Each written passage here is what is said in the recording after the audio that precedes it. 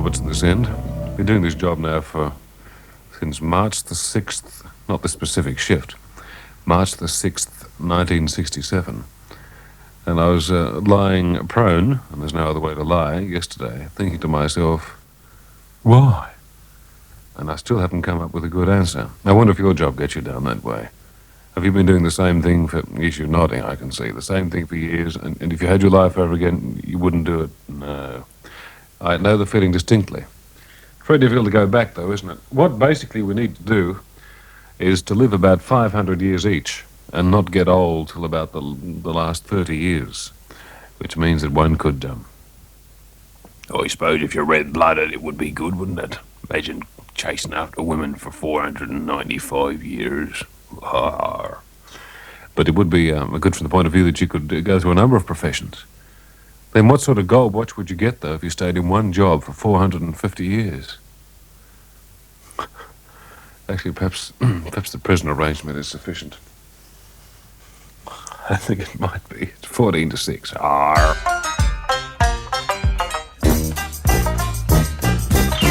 I drove my tractor through your haystack last night. I threw me pitchfork at your dog to keep quiet. Now something's telling me that you're avoiding me. Come on now, darling, you got something I need. 'Cause I got a brand new combine harvester and I'll give you the key. Come on now, let's get together in perfect harmony. I got 20 acres and you've got 43. Now I got a brand new combine harvester and I'll give you the key. She made I laugh. I'll stick by you, I'll give you all that you need. We'll have twins and triplets, I'm a man built for speed. And you know I'll love you, darling, so give me your hand. The thing I want the most is all the acres of land. 'Cause I got a brand new combine harvester and I'll give you the key. Come on now, let's get together in perfect harmony. I got 20 acres and you've got 43. Now I got a brand new combine harvester and I'll give you the key. Oh, she's a lovely bit of stuff and all. For 7 long years I've been alone in this place.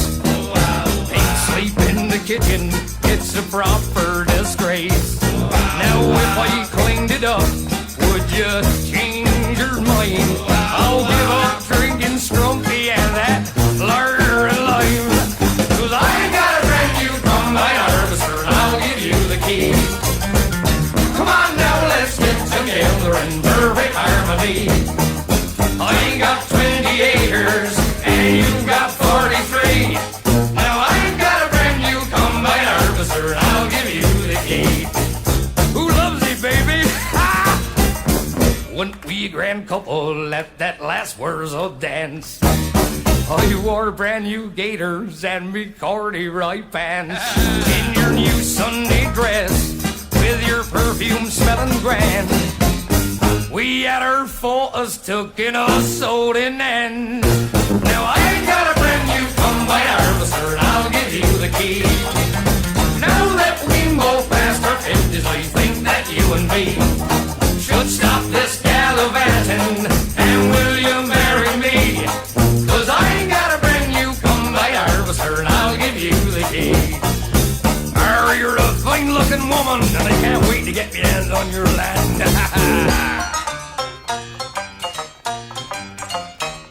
Oh, there's nothing like a bit of West Country smut for a Thursday morning. You're a fine looking woman.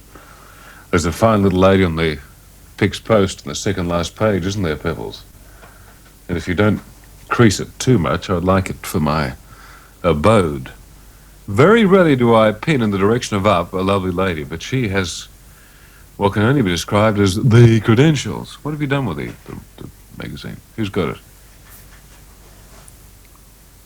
Don't say, oh, it's over there. I was going to say, if Bob's got it, we'll never get it back in one piece. Very nice, isn't she? Har. The teenage beauty queen, but now her reign has ended. She's plunged into a modelling career. The key word is plunged. For relaxation, she plays the piano very well, and at one time even thought about a career in music. Certainly she'll hit the high notes as a model. Do you think I could have one of those for this program, Pebbles? Do you think you could ask upstairs? Wouldn't be much work done. But then again, she might find me offensive. That's the bit that is always upsetting. Perhaps I should live with the illusion rather than the reality. Probably. This is BL, which stands for Solidarity, Peace on Earth, Tax Money, and the Ninth Floor.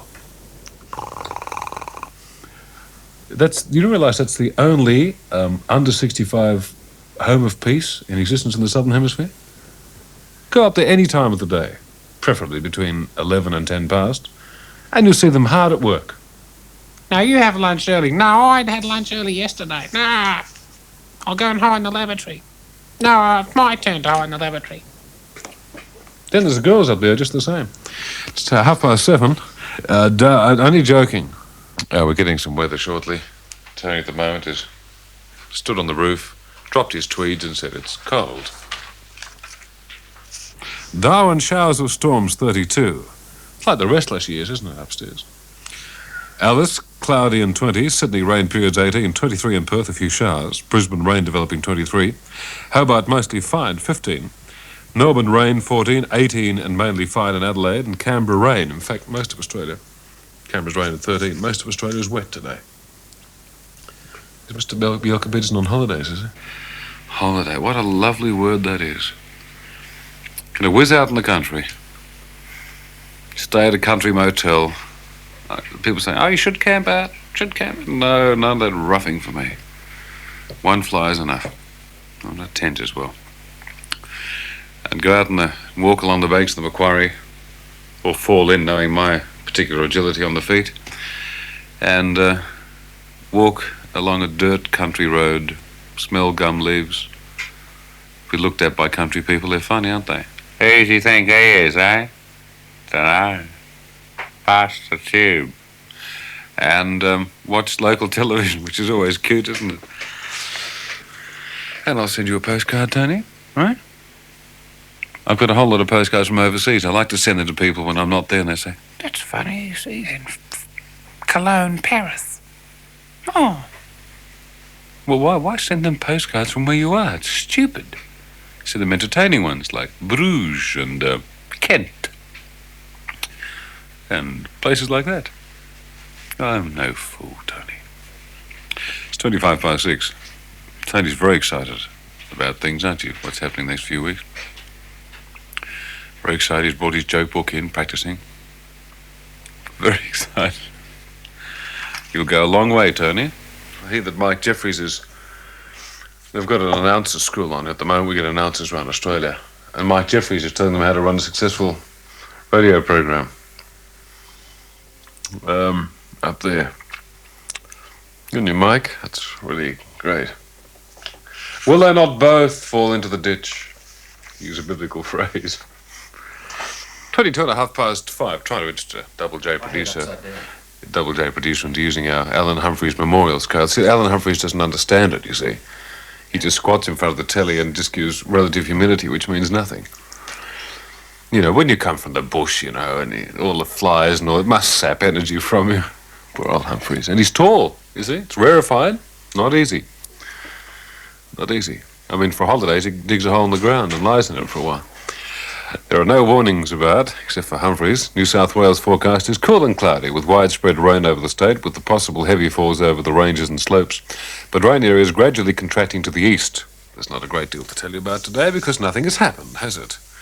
Dudley Moore will appear at 11:03 after the news. And they really want me to mention this Sunday League business? They must know me better than that. Sunday Sweaty League. 5:24. An interesting thing I've been sent from the... perhaps I shouldn't say where, because... a tourist person. About an advertisement in the... which paper is it? The South China Morning Post. Sufficient to say the South China Morning Post for their radio. It's called $1 Million Music. It says, "Risen happily ever after." This is it. Risen happily ever after. Hits and humour to eat breakfast by. Risen every Sunday morning at 10 o'clock to the rock jock Mickey Mock. So I think that since Jeffries does the 10 o'clock thing onwards on radio here on Sunday, we will have to call him Mickey Mock in future. Just a name, isn't it? Hits and humour to eat breakfast by. Risen every Sunday morning at... Fancy having breakfast at 10 on Sunday. To the rock jock Mickey Mock. That's written also in Chinese, but that's on the 33rd. I like that. Can we get a photostattery of that? We might put one on the wall here somewhere. Mickey Mock. Mickey Mock will be on today at 12:03. I think that is now his name. Don't you think? Do we agree with that? That we should call Jeffries Mickey Mock? A la his contemporary in China? Rock jock Mickey Mock. Good, right. I'm sorry, Jeffries, that's it. You've had it. It's 5:25. Mickey Mock. Something's playing up here, Bob. I'm sorry to say that. God, I'll bring something's just... Excuse me, I just don't know whether it's me or... What's going on here?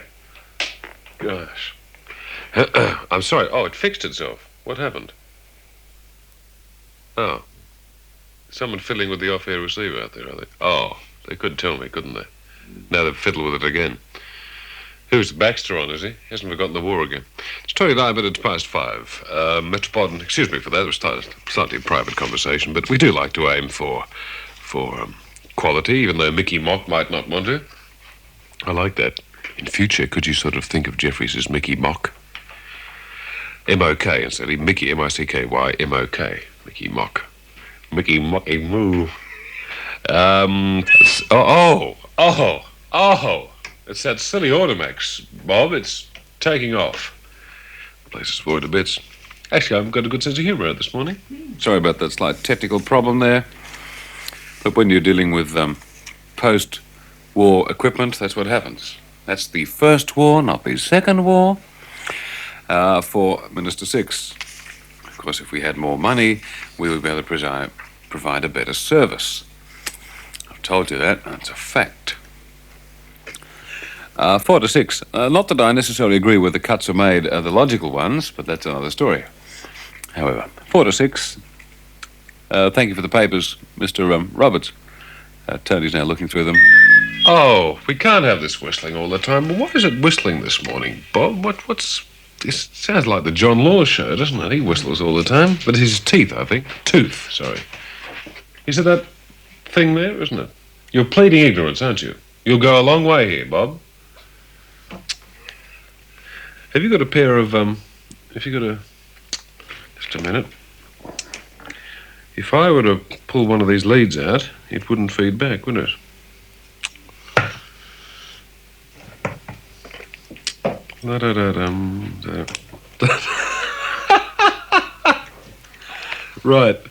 Right, okay, here we are. Well, it came away in my hands, I can't help it. It's 5:30 to 6. It's good now, isn't it, see? You didn't see a thing, did you? Oh, well.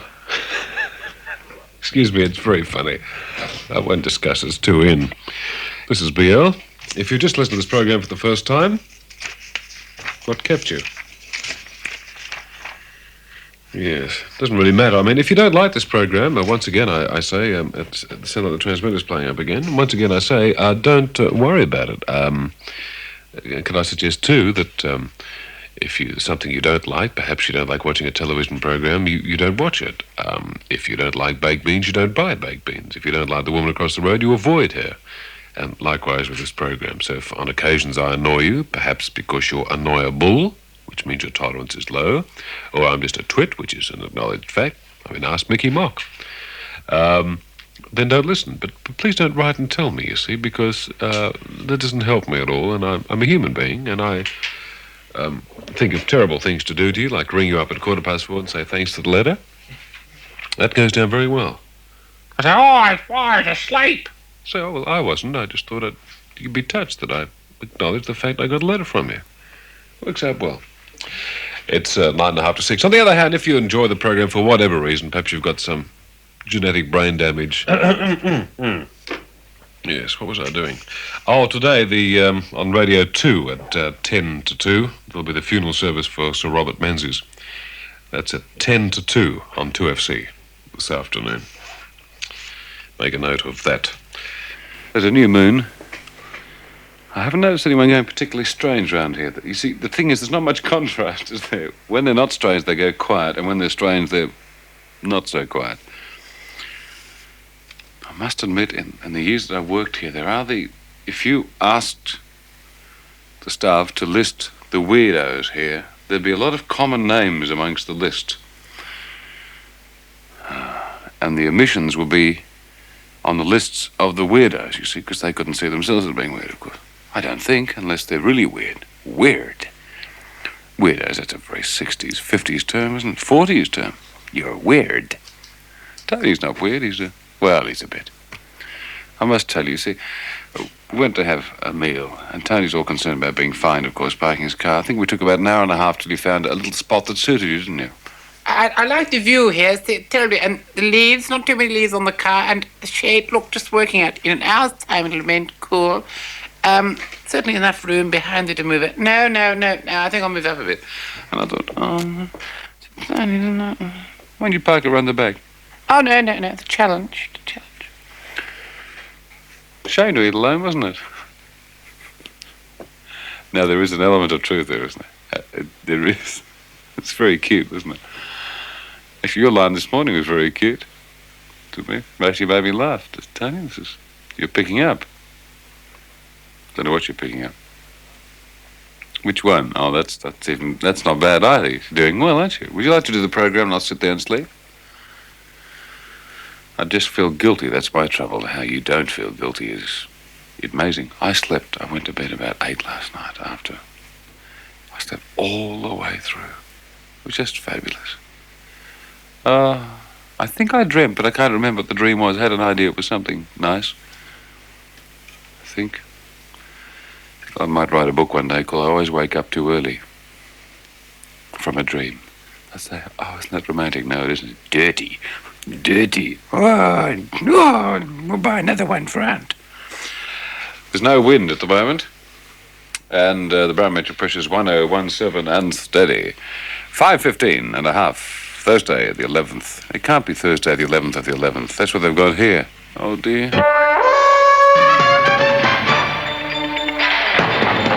We interrupt this program to bring you a news flash from the ABC newsroom. Sir Geoffrey Whitehead, managing director of the ABC, has resigned. Sir Geoffrey, speaking from his yacht off the Sussex coast, said he'd enjoyed every minute of his time with the corporation. Hello, Mr. Hill. The Hills are alive. Haven't heard from him for ages. When he gets to the top, you just don't hear from them anymore, do you? Amazing, isn't it? Don't forget who your friends are. Anyway, where are we? Yes, the Grafton Mail is running late this morning. It was due to arrive in Sydney at 6:09, but now not expected until 7:30, which is useless information. Unless, of course, you're hoping to be late, so your mother-in-law have to get a taxi. You're now driving up the ramp saying, oh, we've done this well, dear, and there she is waiting for you, and you think, oh. Police say traffic lights are out at the corner of President Avenue and Guy Mere. This sounds revolting, Guy Mere, doesn't it? Guy Mere. Next time you want to find out how revolting Guy Mere is, go into a crowded waiting room at a doctor's place and say, Guy Mere, and all the women will blush.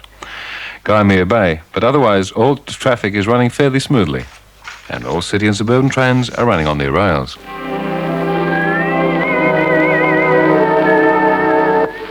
Out of line. If you're here to me, calling Caroline, it's my heart that's calling a dime.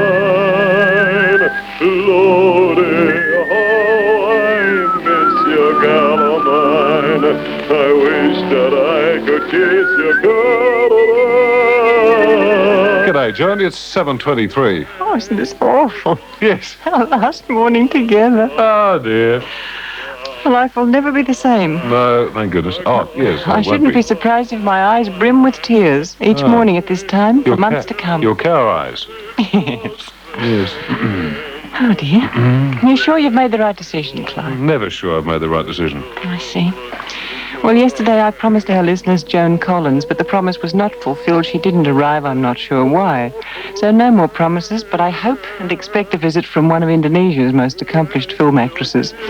This morning, her name is Ray Sita, and she's made 18 films in the last 2 years. She's here for the Asian Film Festival opening on Monday. I believe there's a naughty film in the Asian Film Festival. Is that so? Naughty film. I don't know. I believe Joan Collins was on the John Laws show, so I suggest that you speak to the PR people and have a good word with them. Right. That sort of thing is unprofessional. And then we'll hear an item on CB Radio presented by reporter Clive Robertson. Don't know quite what that could be about. Pardon? 10-4? No, that's a big 4, about 28 millimetres. A big 4, yes. It's another language, you see. I expect we'll find out more about it when we hear the item. Then we'll have a report on the Prader-Willi syndrome, which afflicts some of our children and causes them to have a craving for food and The what? The Prader-Willi? No, Prader-Willi. Sorry. It's named after the doctors who identified the syndrome. An association has just been formed to study the complaint and to improve ways of helping the youngsters. I'll be talking with Peter Stone, who's produced a beautiful book called Malaysian Encounters. There's news of a new scheme in which technical students have organised themselves to repair the dilapidated houses of people who can't easily afford professional tradesmen. Terrific. When will they be around at my place? And we'll meet Nancy Cato, the Australian writer Nancy. who did A Thornbirds years before Is she? Colin McCulloch, but has only now been offered a lot of money for the paperback rights to her epic All the Rivers Run. She could work on my house as well. Nancy Cato, our guest at Cato, 10:30. And then I'm having a holiday. And Mr. Robinson will be presenting Mr. City Robinson. Extra Will he? next week. Will he? Yes, won't he? Isn't that nice of he? Isn't it nice of him? Yes. Got yourself all organised for Monday's programme? No? Oh. You mean you do preparation? Yes, Clive. Gosh, you hide it well, Jonesy. It's incredible what natural talent you have. You've got to do the homework, sweetheart. Oh, Mr. Warner didn't say that. You'll find that your weekends are fairly busy from now on. No. Lots of reading, thinking, sorting out and planning. I refuse to change. So that at 8:30 you can say, good morning, this morning we're going to hear so-and-so. It's not easy, Clive. Easy. It's not a snack. No, it isn't, no. Life gives his call a Caroline, Caroline. I miss you at the sunset when the evening shadows fall, Caroline, Caroline. Mr. Twist has come in. He's all wet. Did you walk from home? Didn't you notice it was? Didn't you listen to this high-powered show to find out it was wet? What you pop in? Did you leave something behind? Did you?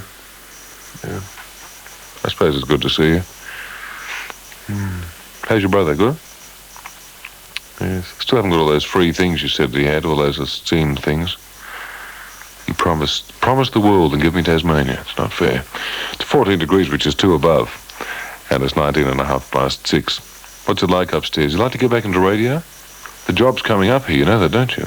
Why don't you and Pebbles get it as sort of joint partners? He can make the coffee and you put the sugar in. You can answer the phone and say, Knickers. Anyway, I know you don't. You've gone off me, Mr. Twist. I'm not a funny name, Twist. Silly name. Gee, Uncle Gary. It's 6:19. It's Friday, and a few of the old tunes that I like. If you don't like it, well, like porridge, you can lump it. Remember this one? Les Paul and Mary Ford. On Mockingbird Hill. When the sun in the morning peeps over the hill and kisses the roses round my windowsill, then my heart fills with gladness when I hear the trill of the birds in the treetops on Mockingbird Hill. Tra-la-la, tweedledee-dee, it gives me a thrill to wake up in the morning to the mockingbird's trill. Tra-la-la, tweedledee-dee, there's peace and goodwill. You're welcome as the flowers on the Mockingbird Hill.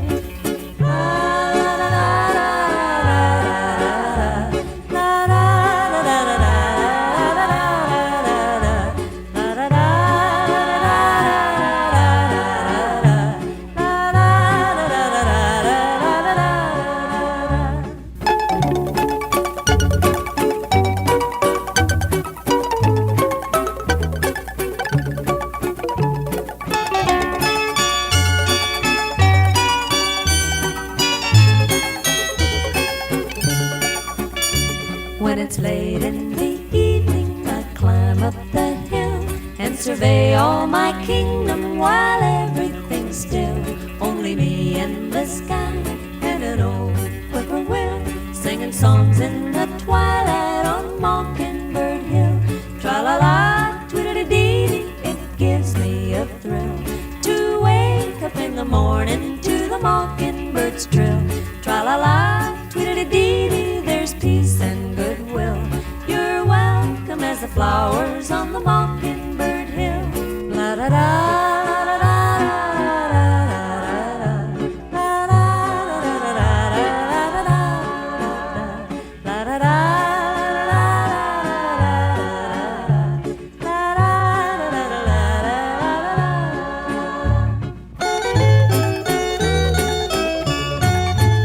This is 2BL, or you might be listening through 2BA or 2CP. Good morning to BA and CP. It's my final morning. So I'll let you know. So if I said farewell at 7:45, you wouldn't know necessarily, would you? So I wouldn't do that to you, would I? No. And good morning to Max Roberts, who's meandering along to the studios there. You might hear me again. I mean, you know, only a fool says things are finite, and that's the end of things. There are some things which are finite, of course, perhaps like relationships. Although if they pop round at 1 a.m. and say they're very tired, or not tired, as the case may be, they can change all sorts of things. However, let's not go into that. Mornings, it's going to be pretty bad in the heat. Humidity's a little bit dicey, but it's going to get fairly warm today, 35, so ladies, don't overdress. I wandered around a certain portion of town yesterday. Totally unfair. It's all right to have laws to protect women, but who protects men? Oh, it's just not fair. Oh, good grief. I get the impression again it's going to be a long, hot summer, and there's nothing I can do about it. I think women should... No, I keep thinking that women should be men for about 6 months, but they know exactly what they did. I think they'd be... No, I think it's best to remain semi-ignorant about the effect. Can't cope anymore. I don't know what to do. Cold showers don't work. They're quite the reverse. Come out feeling terribly alive. Don't know what it is. Perhaps sleeping is the best solution. 20 to 7:30. Hot today, but a late southerly change. If you're wondering about tonight, whether you want to go out with your favourite man/woman, or just stay at home with your favourite self. Why not? The news in brief. Way out in space, the American craft Voyager 1, out for a journey of 3 years, has begun the most important part of its mission, a 3-day swoop close to the planet Saturn. Scientists say the high-quality photographs they're receiving back are posing more questions than answers. They say, for example, that television pictures of Saturn's rings show a structure more complicated than they'd imagined. Morning, Mr. Regan. Morning. Morning. Isn't that incredible how easily we can accept technical things like Saturn and the photographs that have been sent back? It is quite stunning, isn't it? You could put the headphones on, Peter, to save your wrist. I remember being on radio... Was it the first Man on the Moon? We had a television set there, and I was just so excited. I kept thinking, I wonder if they're thinking whether they can come back or not, or whether they get stranded. You know, do they feel sort of more religious because they're out of this world? So I think they did, didn't they? They all had some sort of a, what we might term a religious experience by being so far away from Earth. Yeah, well, can you imagine, Peter, if for some reason you were on the, which is the one that went millions and millions of miles? That's the one, isn't it? The one that's photographing. I think that's the one that's been if you were in away that, and sending something back. Yes, if you were in that, could you imagine what you would go through, just getting further and further away from Earth? It's the sort of thing dreams are made of, isn't it? And so I'd be absolutely panic-stricken. Well, a bit hard to run home to mum, isn't it? Yes, it is. But interesting, isn't it, that... There's nowhere to go. Oh, no, they have little toilets there, I believe. No, Are you sure of that? The unkindest cut of all. I mean, Quark might get you in that case. Yes. It just tickles my imagination. I mean, now, be serious, Peter, how long has it been since you have... It's been a long time, yes. Laying down, that's right, laying down, difficult word, isn't it? on a grassy slope or the beach and just stared at a star-filled sky and just looked. How long has it been, seriously? I saw the moon last night. Oh, It was lying on its back. Was it? Yes. Were you standing up? Supine position. Yes, I was standing up. You know what I mean, Peter. Yes. Here am I trying to be all intellectual. You always claim to be an intellectual. And Yes, the terribly. Commonwealth Police is still investigating, and the MO. I just Indeed. thought I'd throw that to you, and obviously you threw it out. I'm sorry, Peter. This is a rift in our relationship. Yes, you're going to tip the bucket on me. Or, Yes. something like that. No, you know what I mean by that. How Yes. small one can feel. Look, Well, it is incredible, isn't it? And it leaves one in a state of wonder, and I think that's the state we're going to remain for many years to come. Because even these pictures, it says there are more problems being posed than answered, so it's endless, isn't it? it's just like Earth, isn't it? Absolutely. Endless questions, Thank you. endless answers. And in fact, here's a good cue. It'll leave us speechless, won't it, forever? Absolutely. I have in the studio with me now the man much of Sydney likes to wake up to, Clive Robertson. And I think you look a bit tired this morning. Yeah, it's the hours, you see, which the executives forget. What are the hours?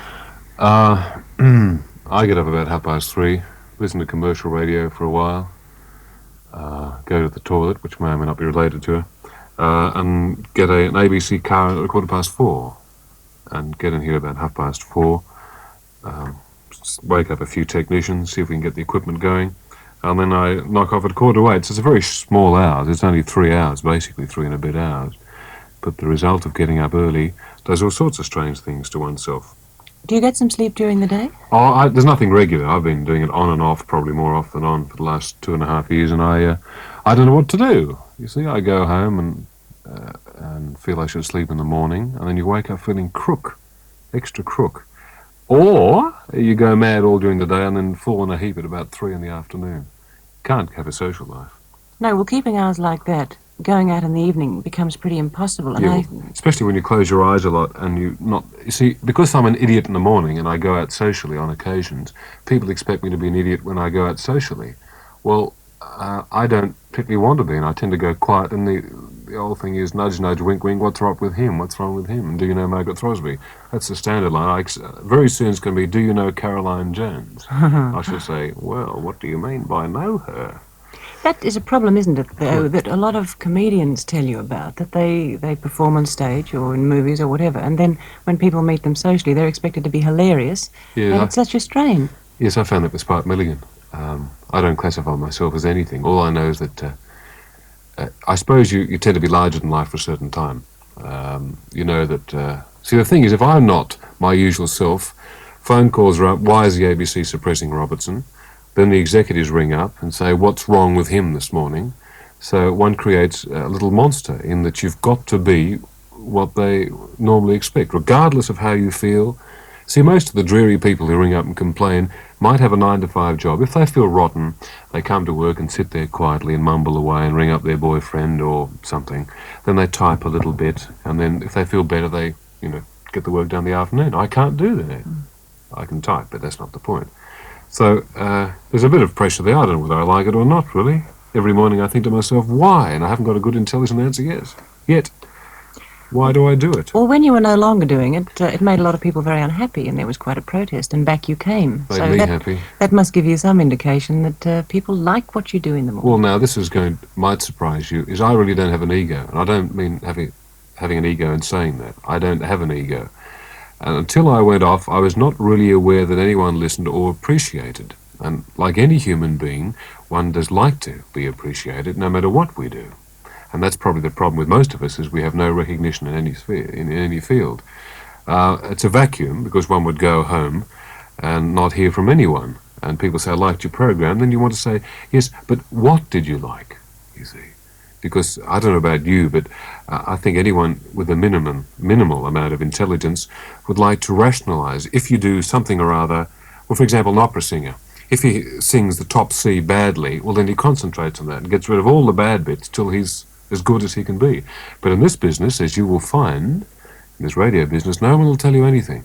They say, I wasn't too crazy about that thing the other morning, Caroline. They'll rush off, and you'll think, what on earth do they mean? You think, and you come back and say, it doesn't matter, I'm sorry, I said it. And you think, frustrating. Now, if you have a great ego, of course, you think you're God's gift to the listeners. If they don't listen, it's their fault. But not having one, which is what some people don't assume. You see, because you learn to project a voice, and they're little timid people, and they, yes sir, no sir, and they hear this voice projecting, and they think, he has an ego. That doesn't follow at all. Milligan has no ego. I spoke to him a few years ago. He has none, and it shows. He's very vulnerable. Have you got much of one? I don't know. It's an interesting thing to contemplate, Well, what isn't it? happens- If it means having terrific self-confidence and thinking everything Yeah, you do is going to be overconfidence. pretty good, well, no, I haven't.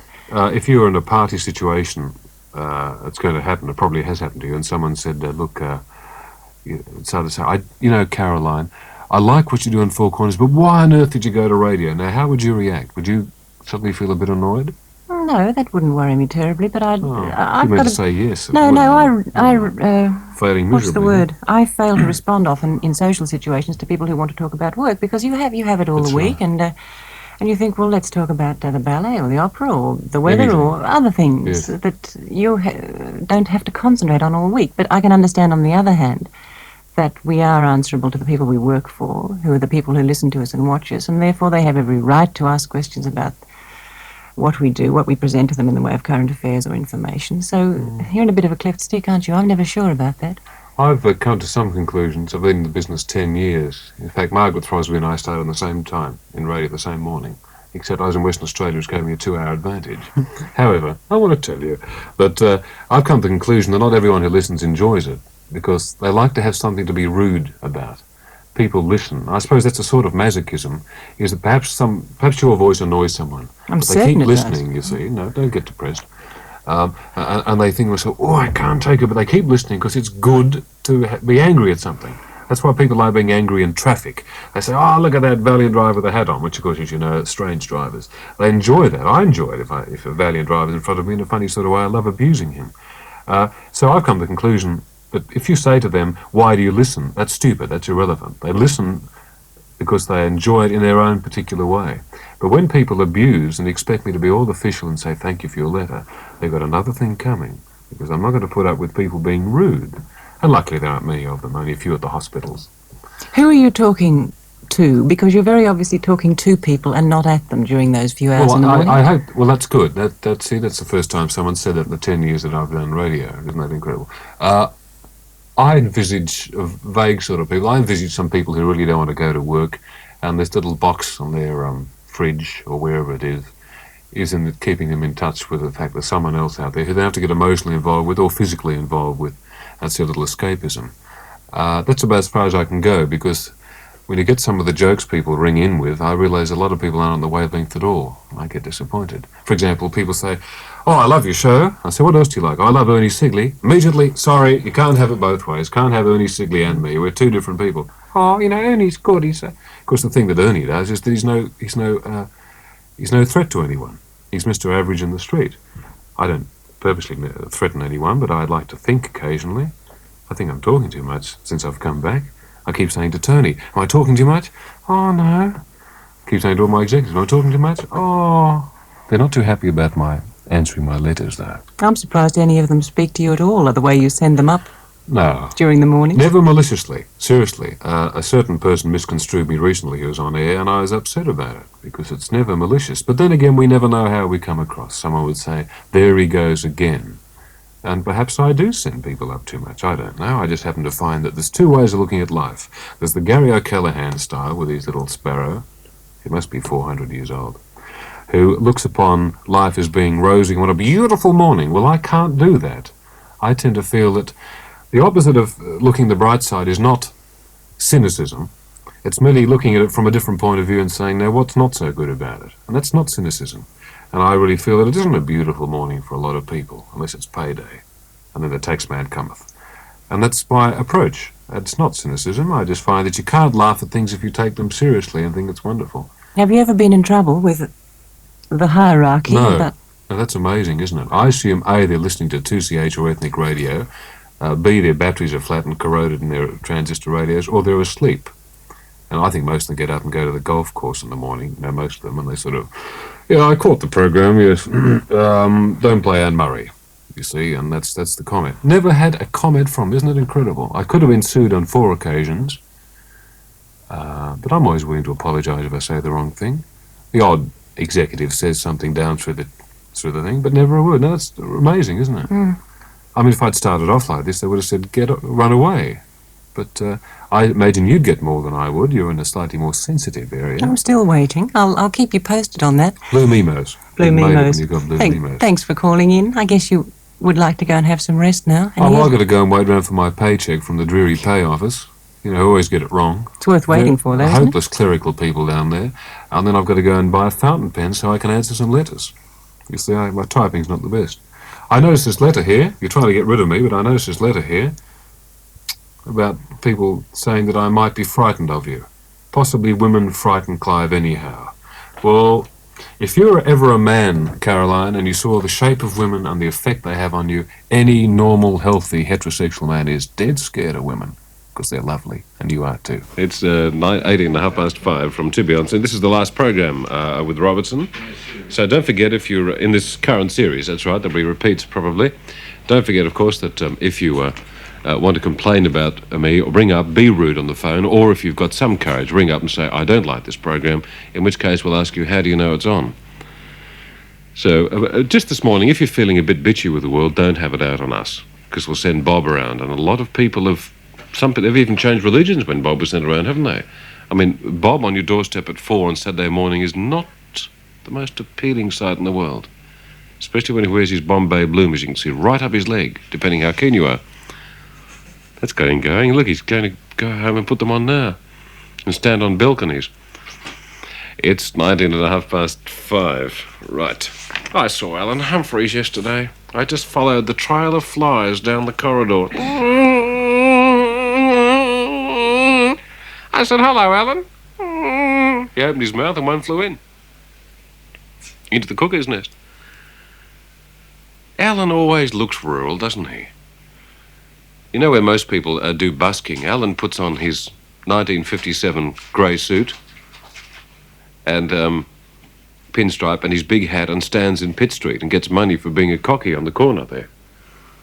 You know how they all lean a little? I know we always get letters about this saying the cockies are the backbone of this land and all that. Well, I'm not saying that. I'm just saying you can spot them a mile off in Sydney. And of course there's all around them. And their heads as well. So anyway, I saw Alan yesterday. He's looking quite well, wasn't he? Bit fuzzy round the face. He's getting married. I said, Alan, all those brochures I've been sending you, been hounding the chemists all up and down the street, and he's getting married. You know why he said it? He said so he has regular meals. You know what could replace Alan Humphrey's potential wife? A 50-cent packet of bran. Now that to me would not encourage her, would it? I'd hate to see the condition of the brand box after a week there in the country. Anyway, Alan Humphreys is getting married, and I don't quite know what to say about Alan. I mean, it's... I feel sorry for her in a way, don't you? 5:05. Someone has said, why don't you ever play Asian songs and songs for our Asian friends? I suppose that's fair enough. There's quite a few our Asian friends around, so I thought, why not play something typically Japanese? 5:06. Fellas, if you's on, I will spin a yarn. That was told to me by Bombardier Jones. Once he had the blues, so he took a cruise, far away from nightclubs and from saxophones. He said, you knows, I made a certain port. And when you talks about real E-man sport, hot ginger and dynamite, there's nothing but that at night. Back in Nagasaki where the fellas shoot tobacco and the women wicky-wacky, woo-ah. The way they can entertain would hurry an hurricane. Back in Nagasaki where the fellas shoot tobacco and the women wicky-wacky, woo-ah. On Fujiyama, you get a mama, and then your troubles increase. In San Pagoda, she orders soda, the earth shakes, milkshakes, 10 cents a piece. They kisses and huggies nice. By jingo, it's worth the price. Back in Nagasaki where the fellas chew tobacco and the women wicky-wacky, woo. Hot ginger and dynamite, there's nothing but that at night. Back in Nagasaki where the fellas chew tobacco and the women wicky-wacky, woo. The way they can entertain would hurry a hurricane. Back in Nagasaki where the fellas chew tobacco and the women wicky-wacky woo. Or Fujiyama, you get a mama, and then your troubles increase. In some pagoda, she orders soda, the earth shakes, milkshakes, 10 cents a piece. They kissy and huggy nice, by jingo it's worth the price. Back in Nagasaki where the fellas chew tobacco and the women wicky-wacky woo. Oxygen and dynamite, there's nothing but that at night. Back in Nagasaki where the fellas chew tobacco and the women wicky-wacky woo. The way they can entertain would hurry an hurricane. Back in Nagasaki where the fellas chew tobacco and the women wicky-wacky woo. On Fujiyama, you get a mama, and then your troubles increase. In some pagoda, she orders soda, the earth shakes, milkshakes, 10 cents a piece. They kisses and huggies nice, by jingo it's worth the price. Back in Nagasaki where the fellas chew tobacco and the women wicky-wacky woo. Back in Nagasaki where the fellas chew tobacco and the women wicky-wacky woo. Don Estelle and Windsor Davies. I will not have gossip in this jungle. Well, that wasn't a very good one. I wish I had my life over again. I wouldn't do that. Back in Nagasaki with a... and wiki. I don't know what wiki-wacky woo is. I tend to think it might be... You can't say we don't care about you. Well, you can say it, but it won't be true, would it? Well, it might be true, but I don't want to hear you say it. Well, if you do say it to someone else. Now, this little Irish story. Irishman Brendan Maloney did not get very far in the con man game. The jobless 47-year-old tried to pretend his name was Abdul Khalik. The Sun in England reported yesterday that Maloney landed in Birmingham Magistrates Court where he was fined £100 sterling after admitting deception and receiving stolen property. I admit to both of them. You're right, sir. I'm done. Prosecutor Francois Snape... This is funny, isn't it? I'm sorry, I laughed, sir, but I thought it was a joke. Prosecutor Francois Snape said Maloney went into a post office to try to cash a £49 cheque claiming he was Abdul Khalik. Suspicious staff asked him for some proof of identity, so Maloney produced his Irish birth certificate. His name had been crossed out and the name A. Khalik substituted. You'll see there's a little error there. My name's A. Khalik and I come from the Middle East there. Would you mind cashing a cheque? The pubs are closing. Isn't that lovely? He'd crossed his name out and written A. Khalik. That'll fool him. What a good trick I'm onto as well. I think it's beautiful. It's 18 past. First of all, do you read women's magazines ever? Yes, I do. I peek through them. Right. You're one of the many Yes. men who read women's Yes. magazines. And do you ever, when you look at, say, fashion magazines, when you see very beautiful, fresh-faced young Yes. girls modelling fashion, Yes. does it turn you on? Of course it does. Of course it does. That's the point. And I think we'll cancel that program, Peter. We've worked that one out already. Play something from Little Abner now. I think here it brings up the point. Am I happy with the fact that such young, delicious-looking ladies, so young, do something for me? Is that the bit that disturbs me? That's the bit that actually does disturb me. I'm not sure what to do with the information. I don't think you should be disturbed about that, Clive. I think it's perfectly natural. I think it's perfectly natural to feel this way. I'll send a few schoolboys round here this morning. Hello, Mrs. Jones. Unfortunately, it doesn't often work in the reverse. No, I don't it's know funny many about that. women who are turned on by young boys. You're quite right, yes. However... Yes, I'm glad you agree with that. For a moment, I thought I was going a bit queer. But we're not only going to concentrate on... I mean, we're not even going to concentrate on that aspect of it, but just the ambitiousness of some mothers who put... I wouldn't think of that. I was thinking about... Who put their daughters on the stage, Mr. Worthington. Yes. As it were. At least they don't give them training bras anymore. Don't give them what? Training bras. Training bras. Do you remember training bras? So No, 5-year-olds could look like 10-year-olds? Oh, gosh. Remember that? No, I never wore one, did you? A training bra. Lie down, play dead, beg. Oh, I don't think the training bar's for that, dear. When I was a little girl, there were This is bras... going back a bit, folks. There were bras on the market that you could blow up. You could have any size you wanted to. What, with a little bomb, do you mean? No, I went to a barbecue one night and there was a girl who was wearing one and a spark flew out of the fire. There was a small explosion. At 20 to 10 or thereabouts... How would you explain that away? It's true, it is true. As I live and breathe, it is true. As she lived and breathed with one remaining. It was terrible. She went home with one side distinctly smaller than the other. Barry Dickens has written a play about Barry who? Australia's... Dickens has written a play about Australia's greatest comedy writer, Lenny Lower. Oh, Lenny Lower. Yes, you remember Lenny Lower? Yeah, he wasn't as tall as you'd like to be. You're older than I thought. Thank you. He wrote a book called Here's Luck, and Barry Dickens has written a play about him. And we'll be hearing about that this morning.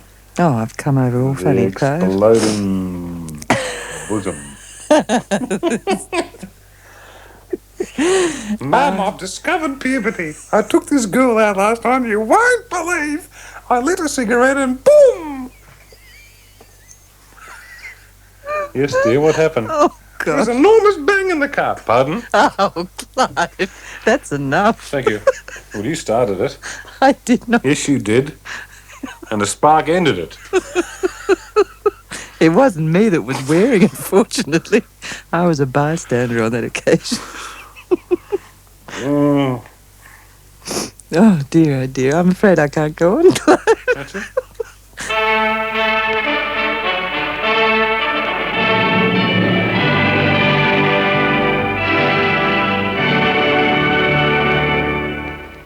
The ABC's breakfast announcer Clive Robertson announced on his programme today that he was leaving to take a position with the commercial station Today FM. A spokesman for the commission said it was sorry to see him go, but the ABC could not hope to match the money or benefits offered by commercial broadcasting stations.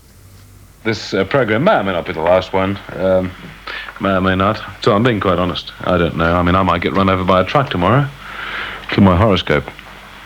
So I stay indoors. So if you hear about a house being run over by a truck, it's because I was in it, you see. 6 T-shirts to give away. 6 suggestions as to who should do this breakfast show. Just, don't pick old people who are dead. Remember, I'm going. But just 6, be clever now. I mean, you know, you might think that Mr. Hawke's done his dash, or Neville, for some reason, in light of recent events, might like to change course. Yes, I mean, Neville might find it. I mean, he'd know all the journalists, wouldn't he? Be good for... just a thought. I mean, the management make their decisions, but I mean, what do they know? They come and they go, don't they? Overseas to Japan, China and everything. But I mean, they come and go. But these workers here would like, suggestions. Perhaps you might like Ian Rolfe from one of the newspapers. Oh, Ian's here now. He's still standing up. How does he do it? Hobie? Oh, he fell over. I'm sorry. Someone pick him. Oh, look. He looks very cute. It's 19 to 7. So, first 6 people with... And be intelligent. Really think about it. Who you think, not necessarily who you'd like, who you think would be good for ABC Radio on The Breakfast Show in 1984. Not some tired old tart, either. Could be a politician. In fact, I bet you Neville rings up. It's 18.5 to 7. I would like to do it. I've had a lot of airtime. And I think it's scandalous that we don't have enough talk about the Labour Party. One of the joys about this time of the morning some years ago was a lady who's no longer with us. I know where she is, but I'm not going to say. And I used to introduce her with this on occasions. And she used to put up with heaps, but she also coped admirably, and I think she won most of the time at 7:22. You remember this?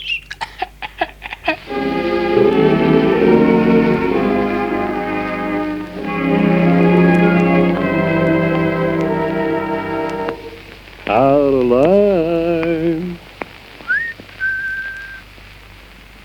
Can't you hear me calling, Caroline? It's my heart that's calling a dine.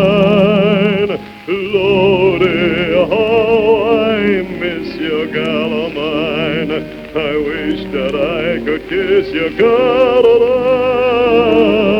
Hello.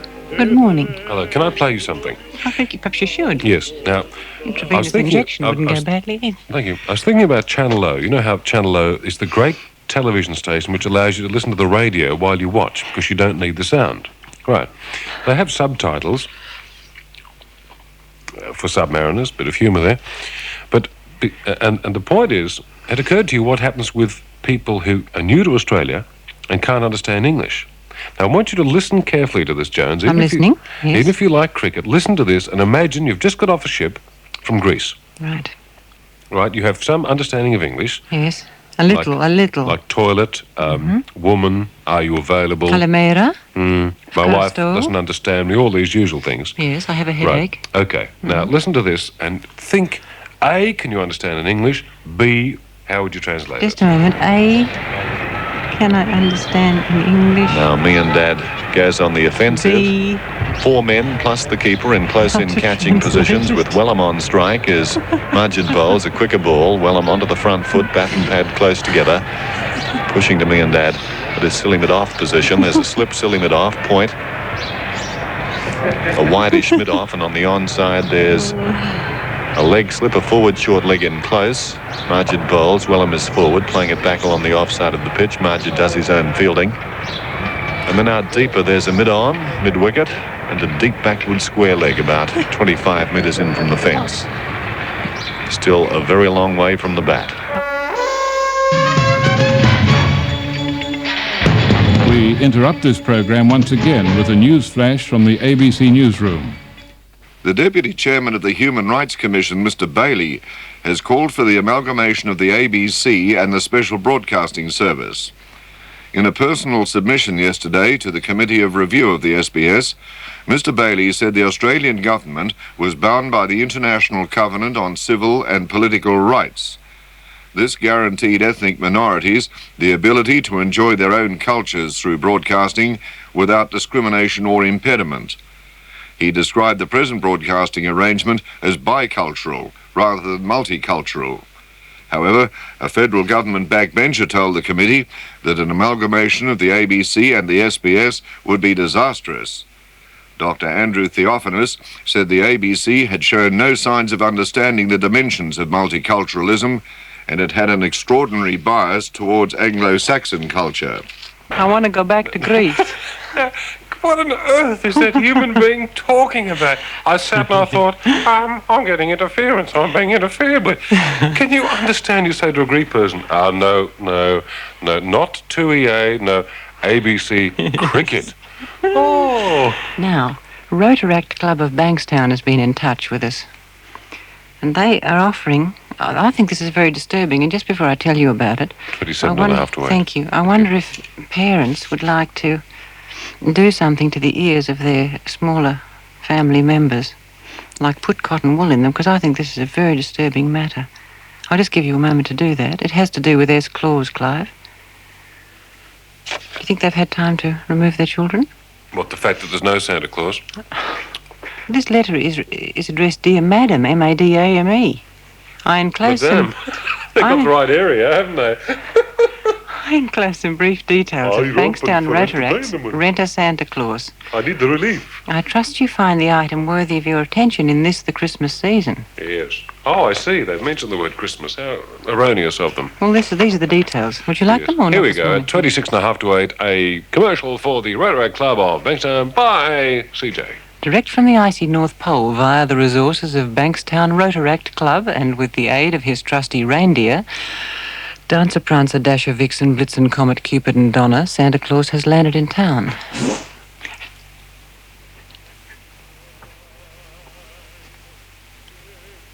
Hello? Hello? Hello?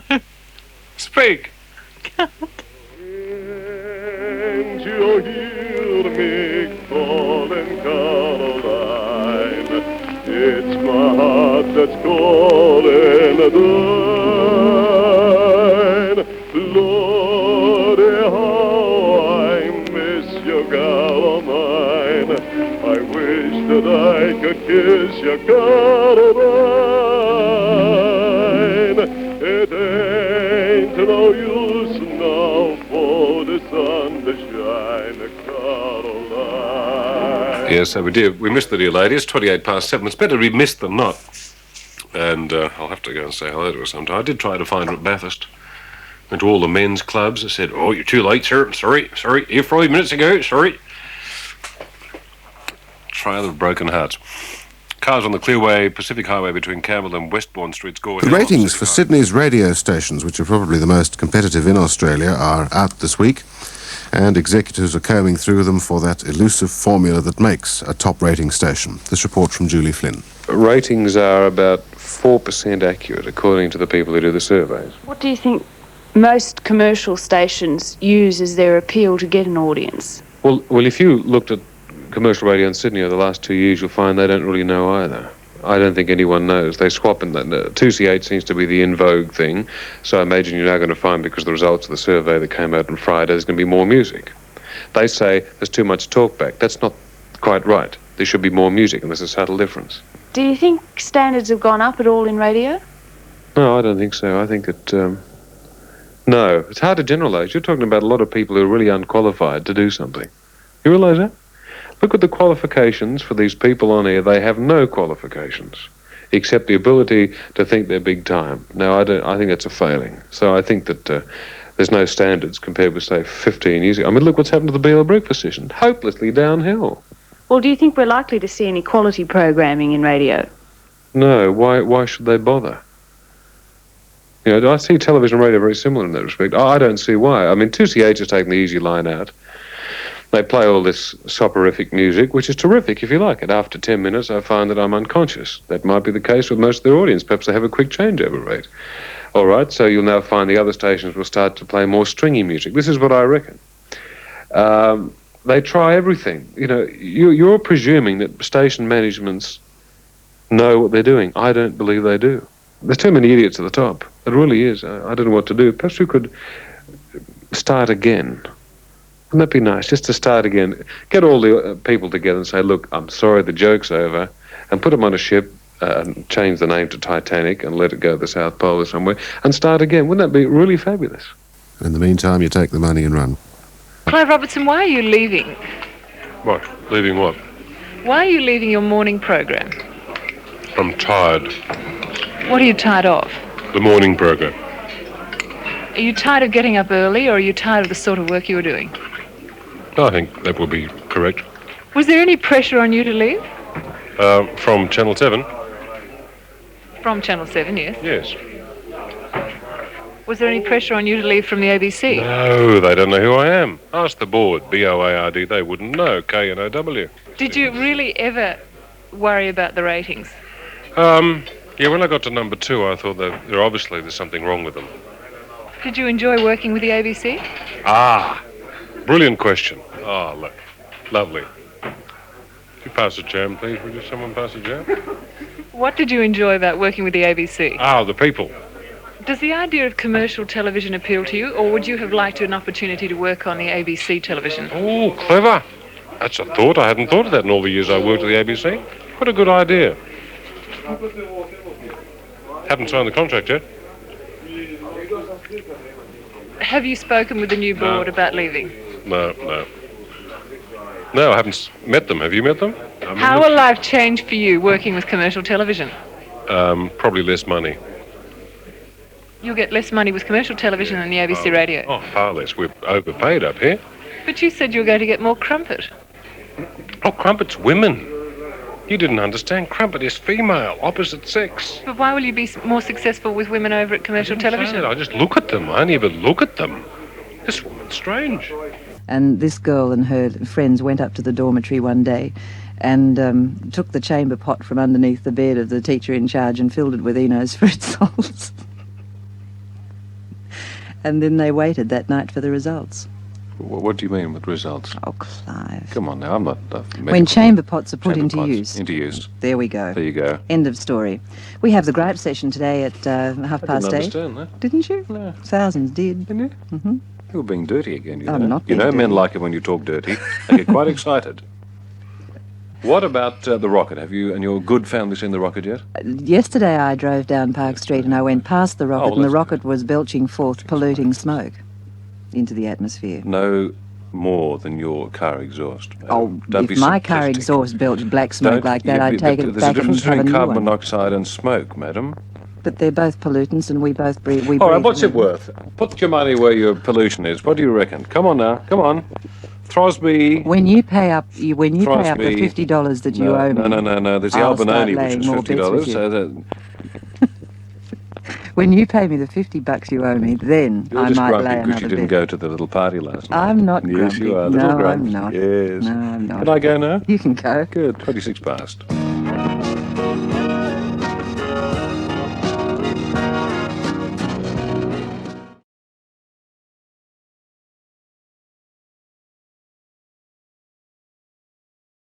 I mentioned earlier in the week I went along to Kerry Ann's program and had a very interesting exchange with Clive Robertson, who's so well known on radio and television. And so I said, come in, let's talk about life. It's a bit of a risk, but he's here.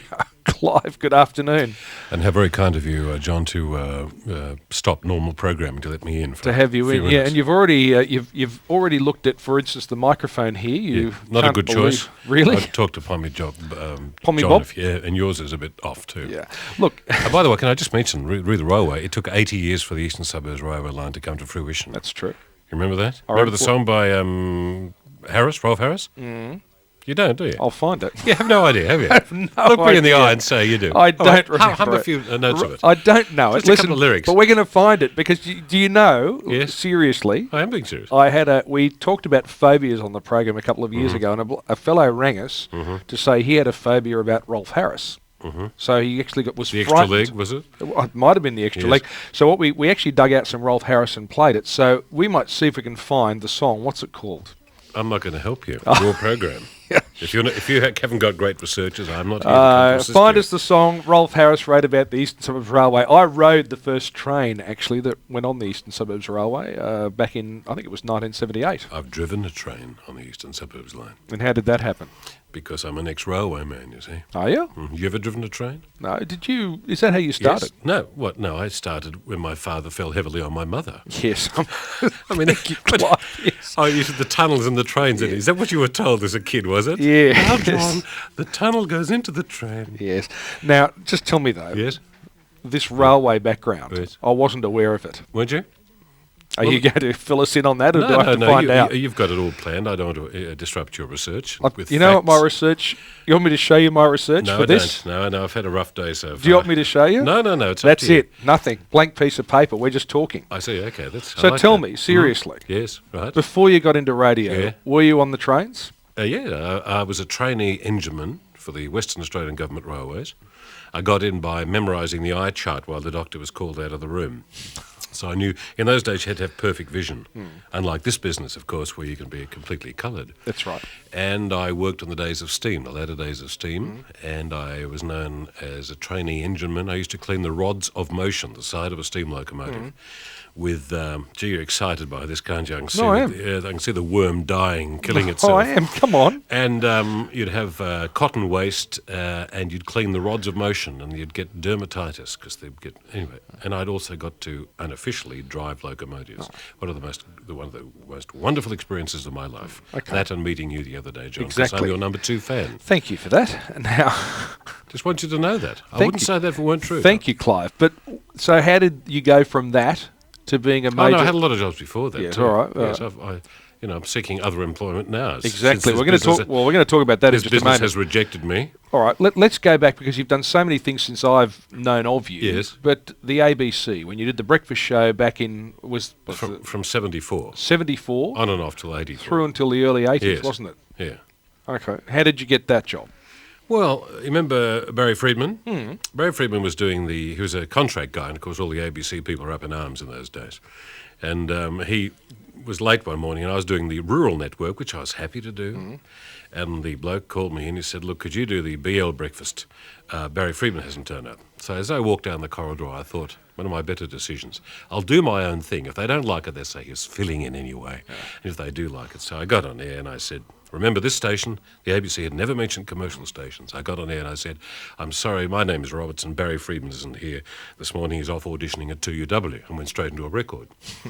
And the supervisor thinking, oh, what is this personage on about? Anyway, and a few months later they got me to record an early hour, and then they put me on, which isn't really what I wanted. I'd rather be a jack of all trades and a master of some.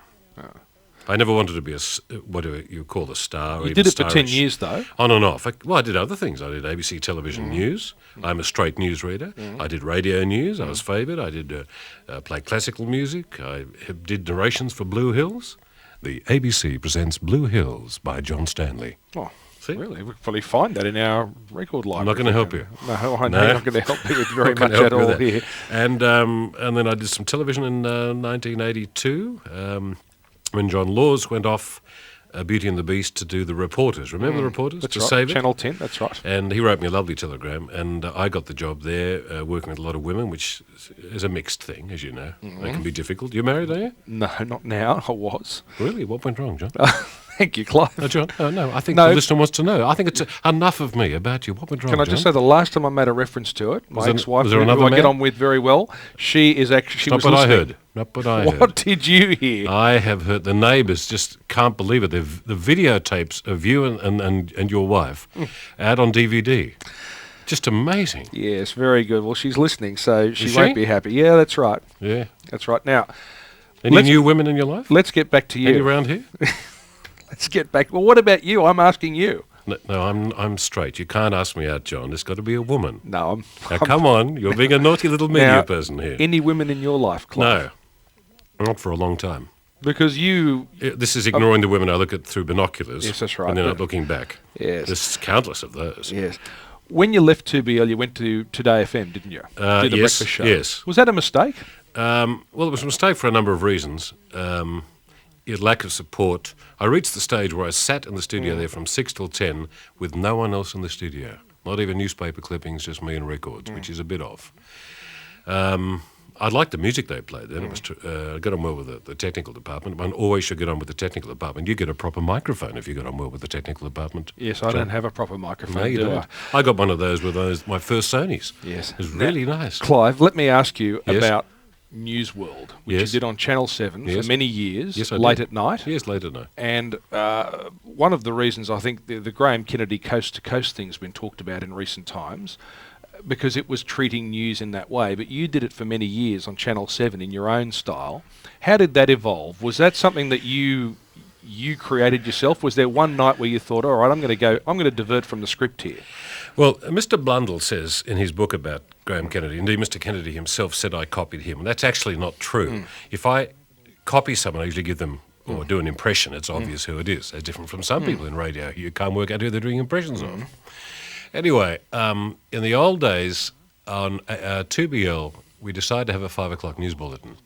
And I remember the very first thing I said, which was not on the script, was, how I can't stand sport because I was born with a brain.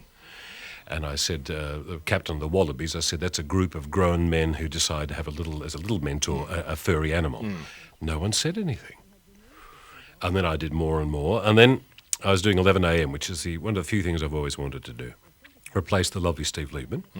And then Phil Davis. Remember Phil Davis? Phil Davis was in charge. He said, we want you to do News World. And I said, I don't want to do News World. And so eventually I did News World and I started throwing in bits and no one said anything. And I thought, if I throw in bits, they'll throw me off it. They'll say, look, you're being an idiot. We have to put you back at 11 a.m. And it never happened. So it was an error. All right, so but a bit like your microphone. But what happened in the end? They've obviously mic'd the crew, because in the end you started to hear people laughing. No, they didn't. Well, I could hear them laughing when I was watching. That doesn't mean their microphone. It just came through, did it? You're technically inept, aren't you, John?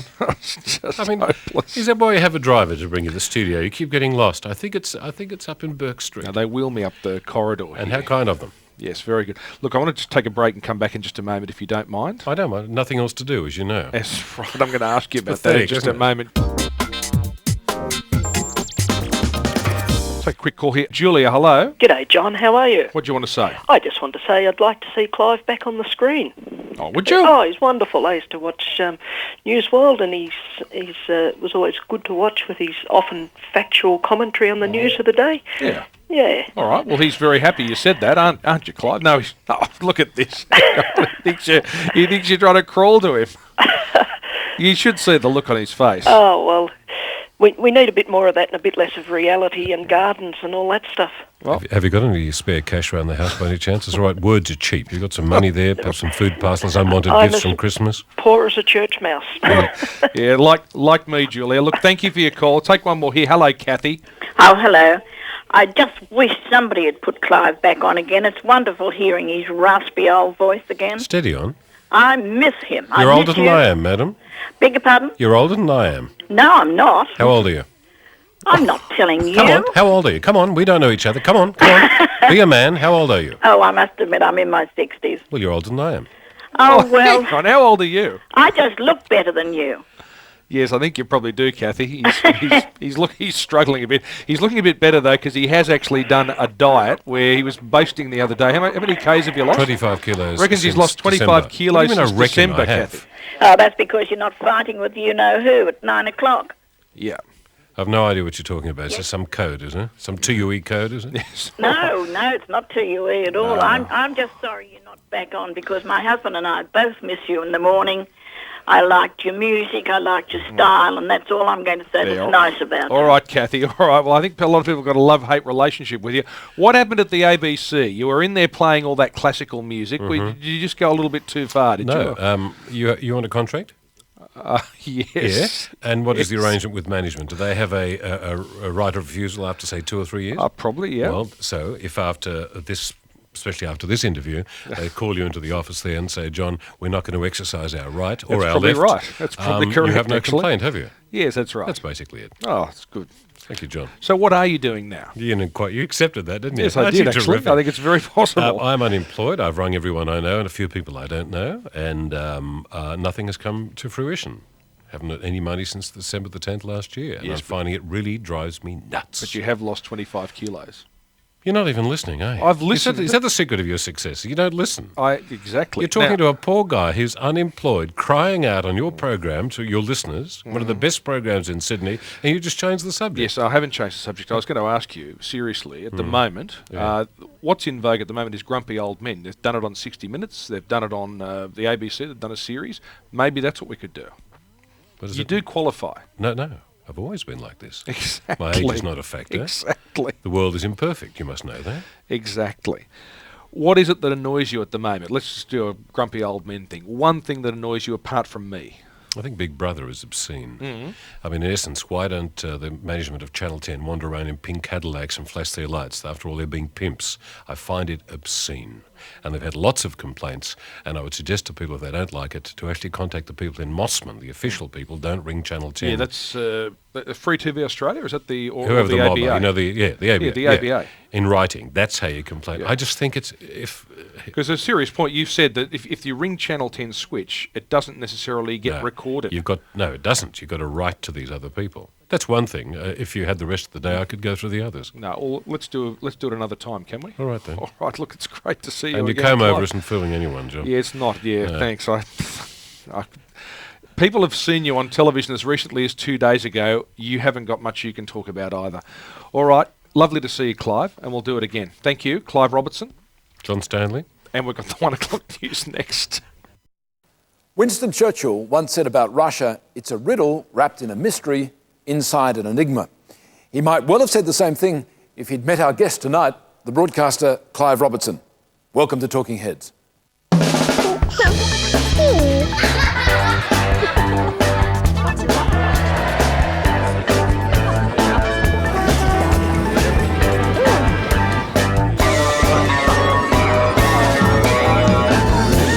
Clive, it's great to have you here. Thank you very much. You don't know yet whether it's great, Peter. You're being presumptuous. Tell me, you're a bit of a naughty boy of broadcasting, aren't you? You only care X amount, Peter. I mean, you know, it's a bit like most things in life. If you take away all the good bits, you say, I don't want to do it anymore. So I worked out early on, not consciously, but subconsciously, that I'll do it, and if it's too much trouble after that, I don't want to do it anymore. So it's a weird sort of bravery. But it's interesting, you don't walk into a persona to be a broadcaster. You are who you are, very much. Yeah, it always amuses me when people finally meet me, if I let them meet me, they say, you're the same off air as you are on air, which is actually a comment on the people who are on air. That everyone thinks everyone has got an act. And I don't know why that is. Perhaps it started off with sort of a vaudevillian matter in the 50s and we're all terribly strident. I don't know. You're the same off air as you are on air, and I'm so grateful for that, Peter.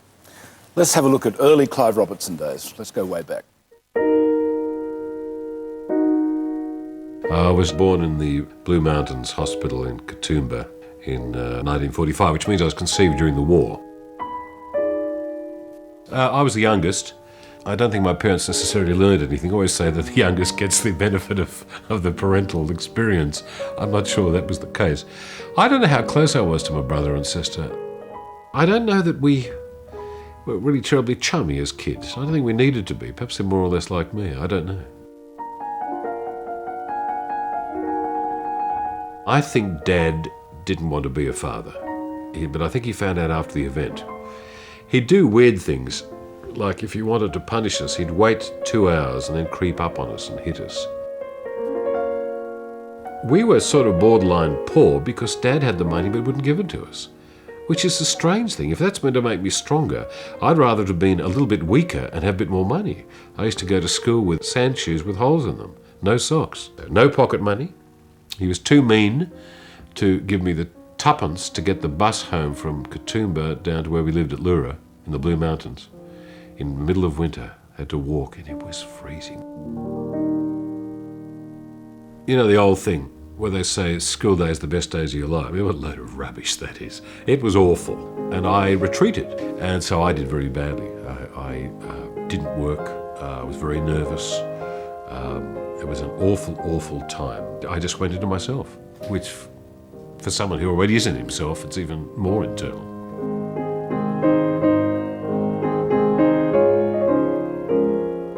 I went to Perth 1958 on the TSMV Duntroon, and I was sick for 10 days, the worst trip of my life.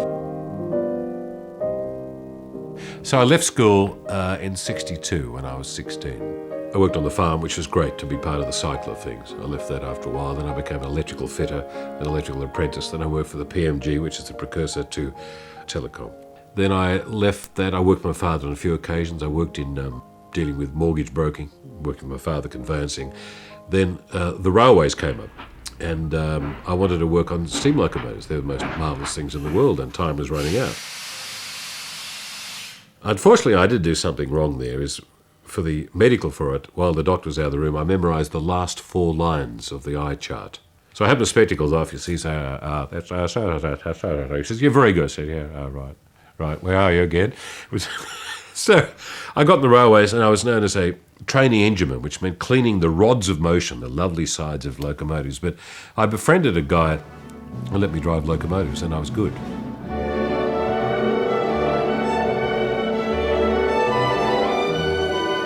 There's nothing quite like starting off with a full train with a steam locomotive. There's nothing in the world like that.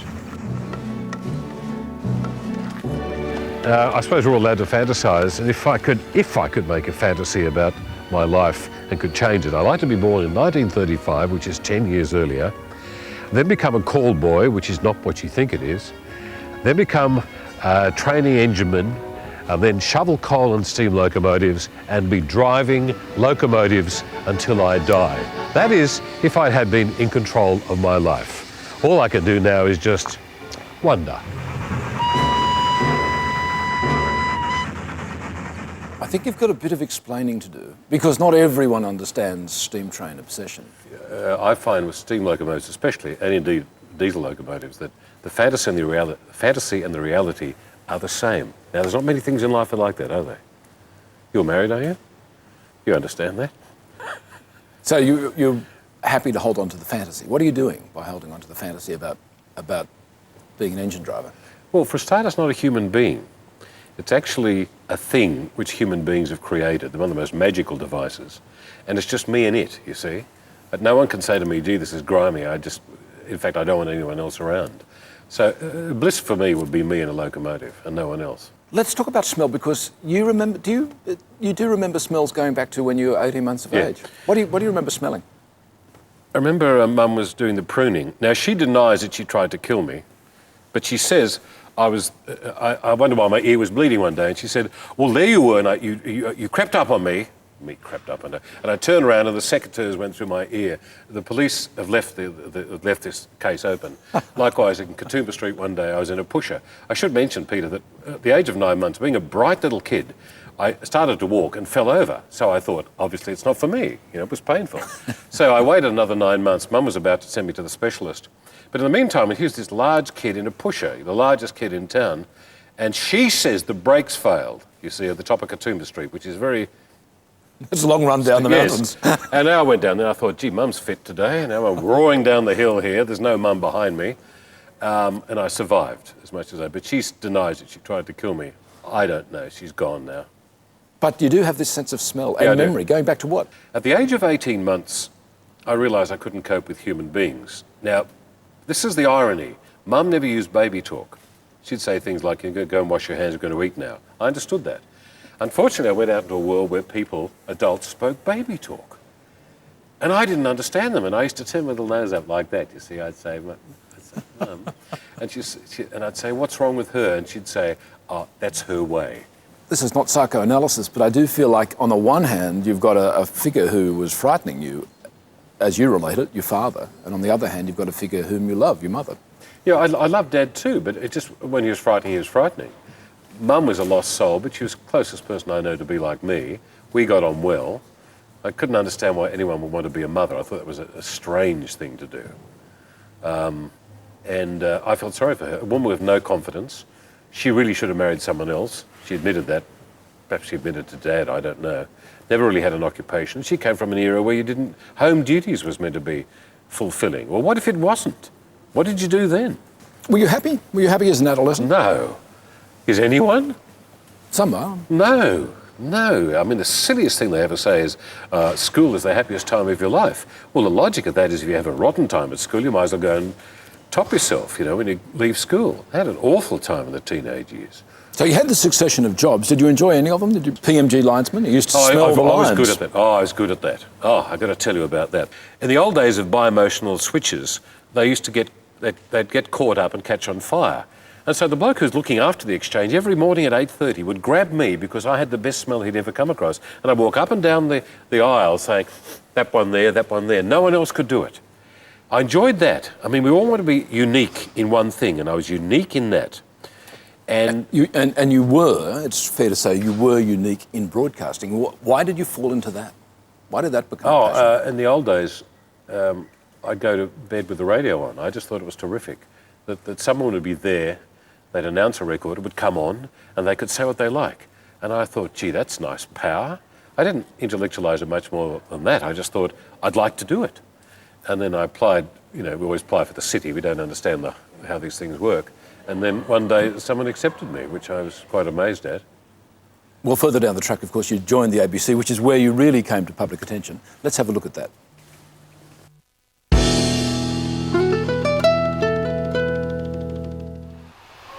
Now, this building you're looking at here is all that remains of what was the ABC. ABC Upper Forbes Street in Sydney, the fabulous ABC of the 70s, in which I enjoyed myself.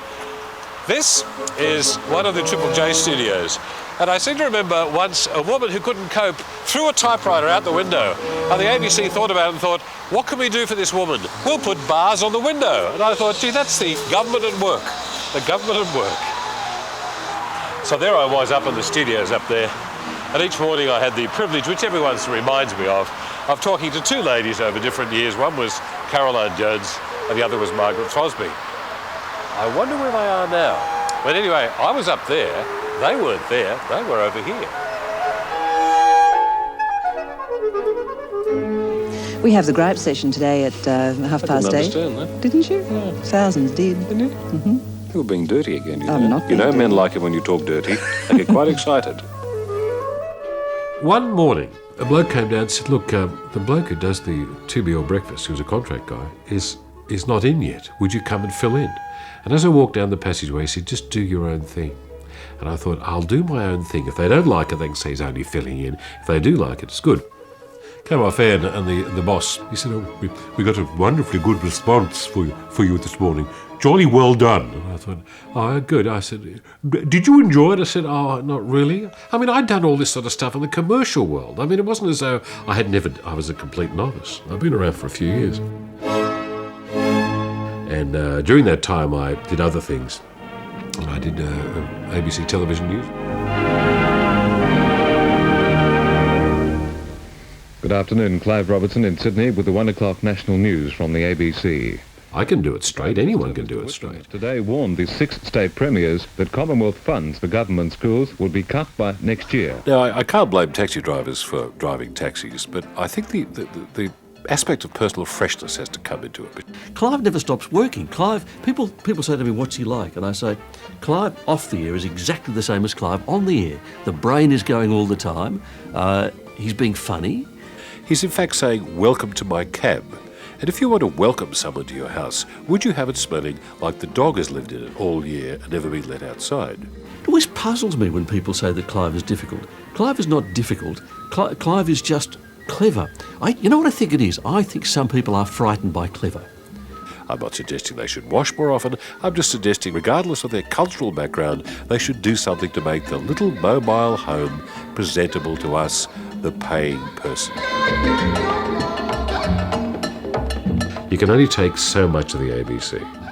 Anyone who's been in the ABC for more than about 5 or 6 years does need some form of repatriation.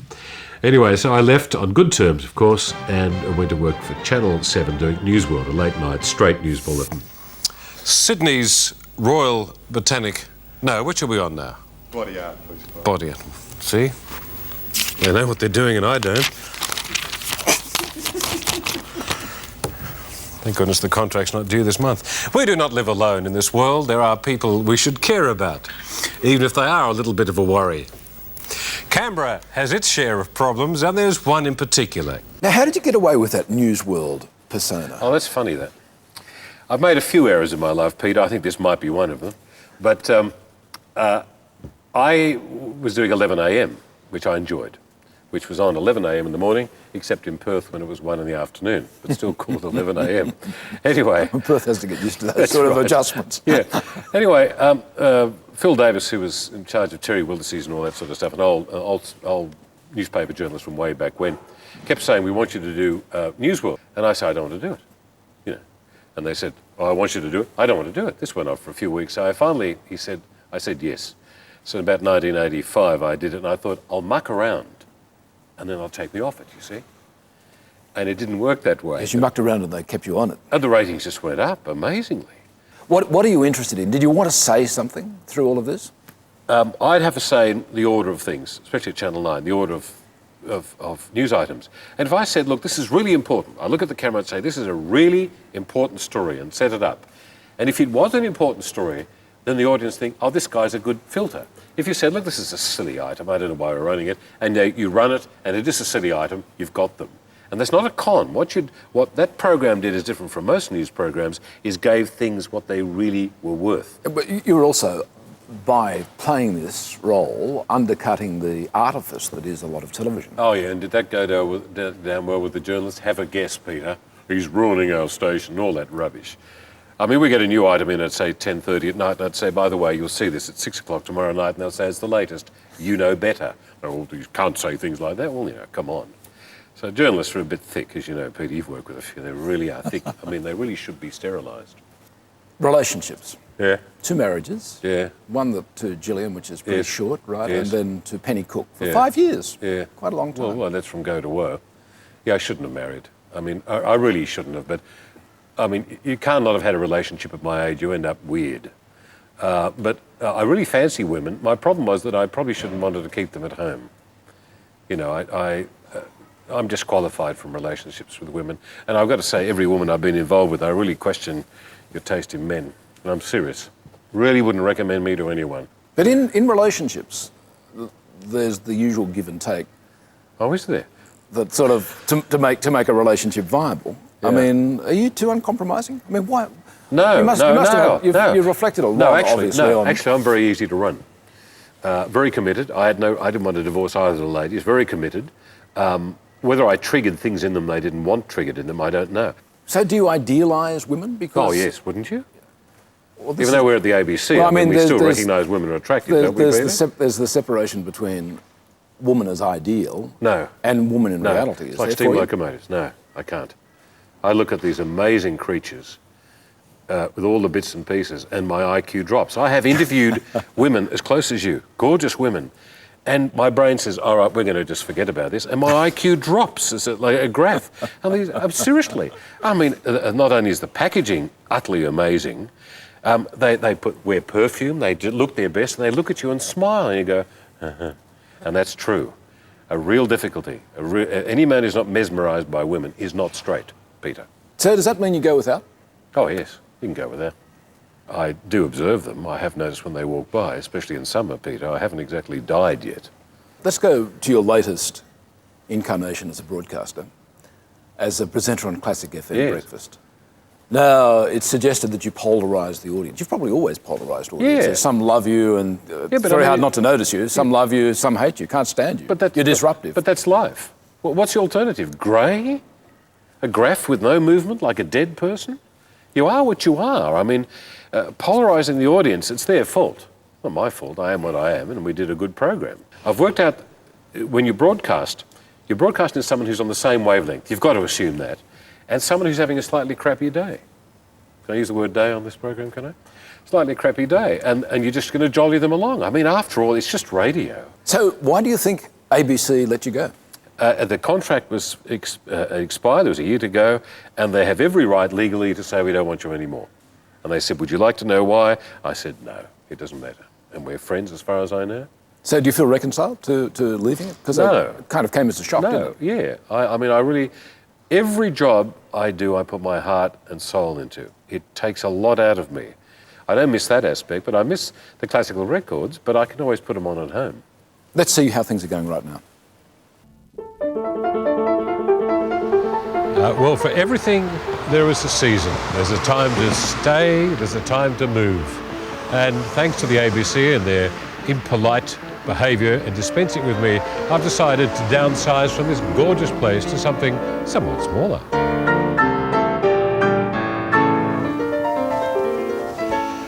Well, I spent, 50 or 60 years of my life in this place. The paint scheme is really a bit approximate. But once again, thanks to the generous ABC, the fact is I have to move on because they told me to move on. C'est la vie.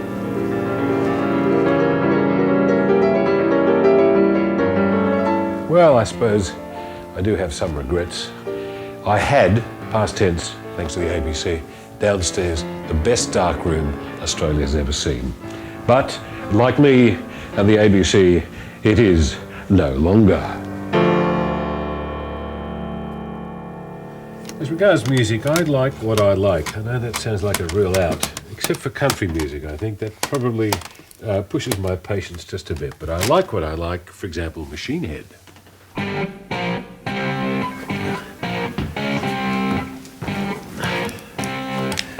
Oh, I should mention, most people clean up their house before they've set the hi-fi up. Their priorities are completely wrong.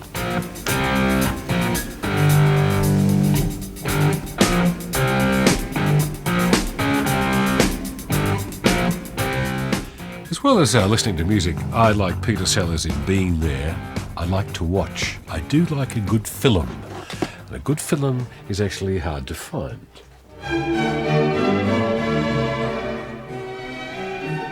Well, my primary passion is God, and I have a relationship with God, and I would be lost without God, absolutely lost.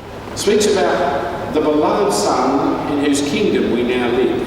The Jensen brothers at the cathedral all go by what the Bible is. They say the Bible is sufficient, you don't need to add or take away. And I relate so well to that. So I'm absorbed, I'm meant to be obsessed with God, and I am. So my number one passion is God. Ah, you're still here. Well, can I now show you some of the things I do when I know I'm absolutely alone?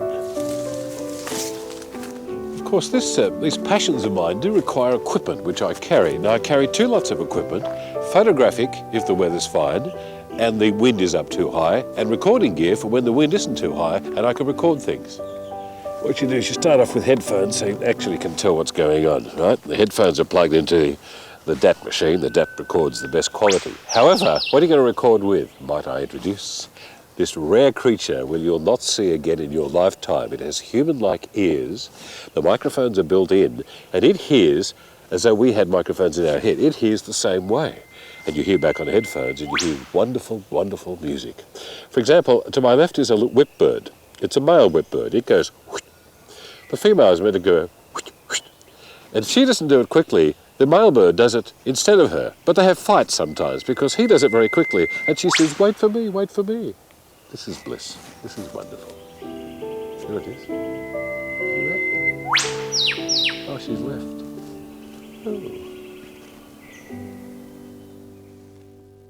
Oh, there are no sounds in nature like those with birds in the morning. Oh, they're gorgeous. Just magic. Just magic. Now, God and nature seem to be the two Oh, things yeah. that sustain you most. Yeah, Broken Hill. Brings up Broken Hill. Broken Hill, one of my favourite places in the world. What's your vision of Broken Hill? What do you see when you go there? I see me. It's funny. It's a place that's alone, all by probably no real reason for existence. All these wonderful little miners' huts. You can buy a house for 10 grand. And you go 3 kilometres out of town and you just, suddenly it's nothing. But it's not really nothing. It's just you and it, which is like the relationship with God. And at night, the sky is so clear. If I defy anyone to go to Broken Hill, go out at 10 o'clock at night on a clear night and say there isn't a God. It is just amazing. But your belief in God, it involves the whole heaven and hell bit, doesn't it? Oh, the whole thing, yes, yes. Where does it come from? Well, my father was a lay preacher, which means he was allowed to preach in an Anglican church, but not just Anglican church. And so I was brought up that way. I don't know when it happened. I just grew up with it. And now my relationship with God is the best relationship I've got. And I'm glad my best relationship is with God. There's an interesting tension here between, on the one hand, a certain cynicism about you, Clive. Yeah. Though leavened with humour. On the other hand, there's sort of faith in God. Yeah, it is. It just goes to show that God cares for lame people, doesn't it? Well, what was his plan for you? Funnily enough, Pete, you should say that. It's not our business what God's plan is for us. You want to find out, though, don't you? No. He says, just deny yourself. Forget about it. It's not about you. In fact, I've put a sign up in my room this very last few days. It's not about me. Because we keep coming back, I feel bad, God, why am I doing this? He says, it's not about you. It's about? Him and other people, right? And the people of this earth. It's not how I feel. He says, it's got nothing to do with how you feel. Like I might feel my faith is bad on Tuesday. God says, I haven't changed. You're feeling off today. You're human. You're frail. It's not about me. That's the hardest bit in Christianity to learn. It's not about personal success, as some people go on about, and hands in the air and all that business. Nothing to do with yourself. And that's the hardest thing. And certainly not having been employed for some months, Peter, I'm learning, how to find a sandwich in a bin and to eat grass. One thing's really struck me during this conversation, and that is something you said much earlier, which is you've never really applied yourself. I find that intriguing. Yeah, I don't know why that's bad, isn't it? Why did you say that? It's true. I just haven't. Well, what might you have applied yourself towards? What, being an accountant? I think when I'm on air, I apply myself, but I live on the edge. Do you really think you've not applied your intelligence? Oh, no. I mean, I'm actually very bright. When I did an IQ test when I was 7, they said, we can't judge you, got it all right. They can only ever work something out when it's less than 100. And when I was 5, I had the reading ability of a 17-year-old. Not a 17-year-old journalist. I had that ability when I was an embryo. I've never applied myself, Peter. Perhaps you could help me here. You're a wise man. Well, what would you apply yourself to? I don't know. I'd like to live perhaps as long as Methuselah did, 967 years. I'd be a carpenter. I'd play the violin. I'd play the piano. I'd become a surgeon. I mean, if you live 500, 600 years, you could do it, couldn't you? Whereas if we try it now, we just screw it up. And that would have allowed a few hundred years to drive trains. Oh, yes. I understand the railways can't get enough drivers, so you should put your name down. Oh, yes. Look at me now. Would you let me drive your locomotive? I'm a good driver, by the way. You're a good driver on radio and television, too. Yeah, I don't know about that. No one wants me, Peter. See you, Clive. See you.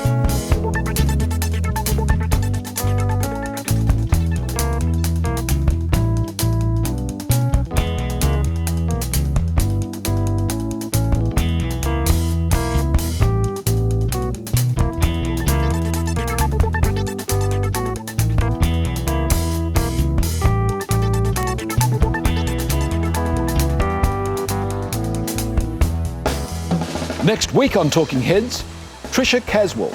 My life is pretty much my work. Sometimes I'm in my office at 4 a.m, but I do it because I really feel that I can contribute, especially around this kind of strange idea of sustainability. Tomorrow night on Second Opinion, how can Chinese medicine ease chronic fatigue? We look at Feldenkrais therapy. I give messages to the nervous system. And introduce dawn therapy.